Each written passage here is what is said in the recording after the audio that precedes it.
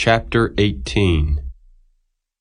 The word which came to Jeremiah from the Lord, saying, Arise, and go down to the potter's house, and there I will cause thee to hear my words.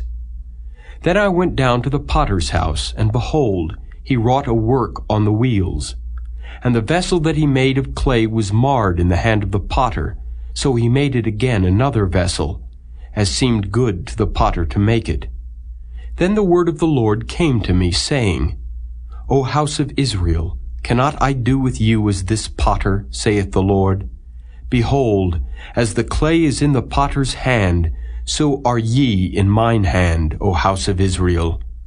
At what instant I shall speak concerning a nation, and concerning a kingdom, to pluck up, and to pull down, and to destroy it.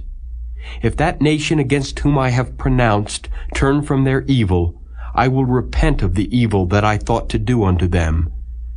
And at what instant I shall speak concerning a nation and concerning a kingdom, to build and to plant it.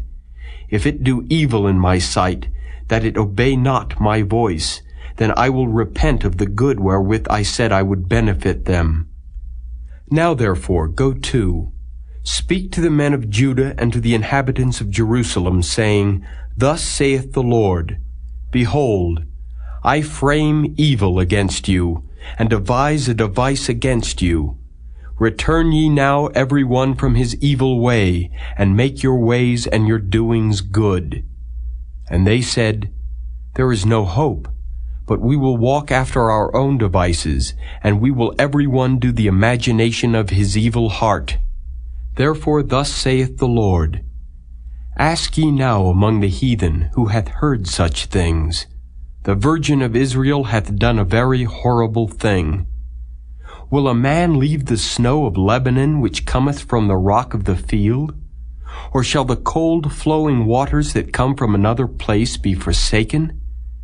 Because my people hath forgotten me, they have burned incense to vanity, and they have caused them to stumble in their ways from the ancient paths, to walk in paths in a way not cast up, to make their land desolate and a perpetual hissing.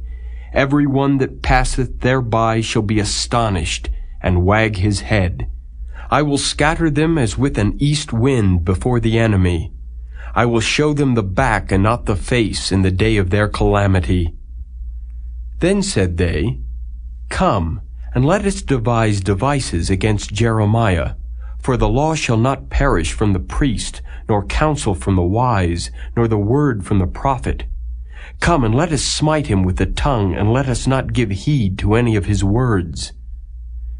Give heed to me, O Lord, and hearken to the voice of them that contend with me. Shall evil be recompensed for good? For they have digged a pit for my soul. Remember that I stood before thee to speak good for them, and to turn away thy wrath from them. Therefore deliver up their children to the famine, and pour out their blood by the force of the sword. And let their wives be bereaved of their children, and be widows. And let their men be put to death. Let their young men be slain by the sword in battle. Let a cry be heard from their houses, when thou shalt bring a troop suddenly upon them. For they have digged a pit to take me, and hid snares for my feet. Yet, Lord, thou knowest all their counsel against me to slay me. Forgive not their iniquity, neither blot out their sin from thy sight, but let them be overthrown before thee. Deal thus with them in the time of thine anger.